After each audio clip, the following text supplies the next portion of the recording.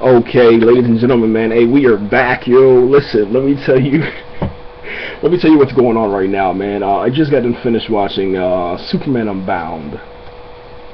4 out of 5 stars. It is a must see for any Superman fan out there. All right. What I enjoy the most about this is the ending was just perfect, man. It brought you back to those Smallville days. It brought you back to how classic and how great Superman is. His relationship with Lois Lane. I mean, it was just everything about this film was perfect, man.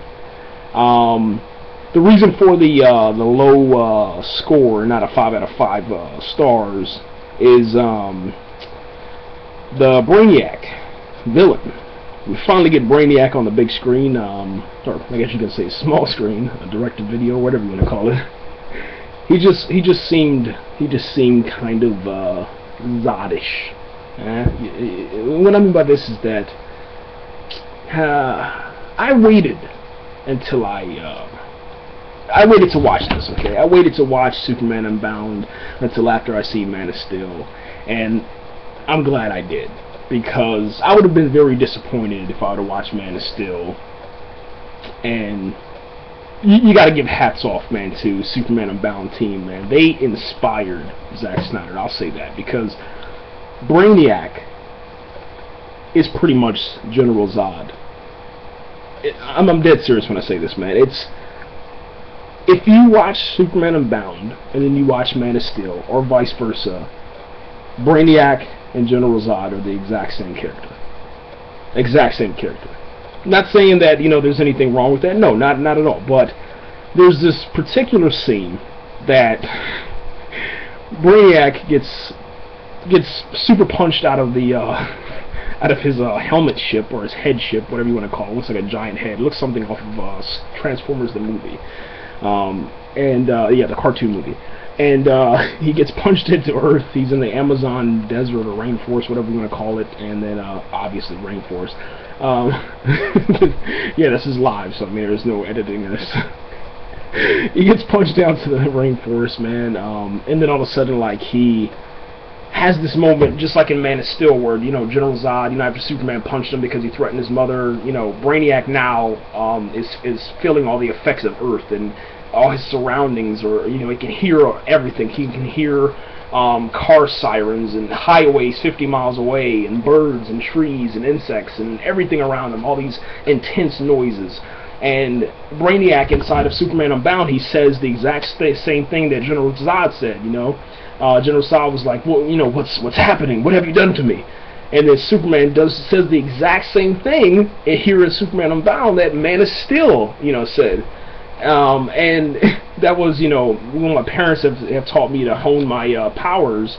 Well, and here in Superman Unbound, all he said was, you know, I've lived here on Earth all my life. You know, I got used to it or whatever. But dude, I'm telling you, man, scene by scene, it is crazy, man. The only thing that's different is that Superman Unbound had that scene inside of the Amazon rainforest, and Man of Steel had it, you know, on the streets of Smallville. And for me, it's not like you know, anything bad about that. It doesn't do anything against yeah, it doesn't you know, downplay Superman Unbound or downplay Man of Steel. Man of Steel is a perfect movie for me. Superman Unbound is still a great movie for me. It just kind of lets you know that, you know, everybody that is inside of, you know, the DC comic universe, you know, DC universe, they're all inspired, man, by art, man, by art, you know, art by film, art by comic books, whatever you want to say, whatever medium it is. It all just, you know, wraps itself around each other, and you'll start seeing stuff, man. Like, you know, Superman Unbound had a lot of Matrix, man, vibe into it, and there was a couple of other ones, man, that I actually caught and captured, man, and I was like, oh man, that's straight off of this movie, man. It had the Matrix Reloaded in there. It also had, you know, Man of Steel, Transformers the movie. There's a couple of other ones, man, that I kind of just noticed, and I was like, man, you know, this kind of lets me know, dude, I watch way too much, you know, TV and movies, because I was able to catch every single scene. Yeah, there's this one little creature inside here that looks like Bebop off of Teenage Mutant Ninja Turtles. Yeah, it was really, really, really funny, man. The Superman Unbound spaceship or whatever, Brainiac spaceship, was on a larger scale compared to General Zod's ship. General Zod's ship was pretty big, but you really couldn't tell that much. Just felt like, I mean, I guess the maze scene with Jor-El and Lois Lane was kind of big, but it just seemed like this one was just way, you know, had a more massive scale to it, man, and you kind of really felt that and kind of appreciated that a little bit more.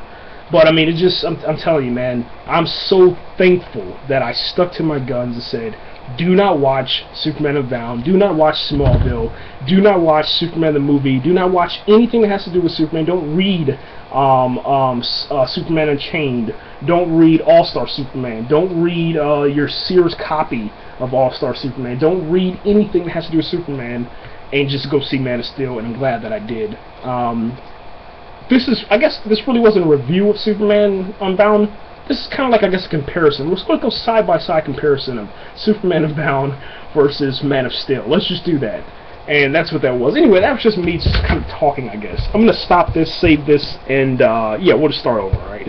Yeah, this is live. It's a podcast. You can't do anything else, so. Hey, we're out of here, man. Hold on. Let's start this over. Yeah, we're out of here.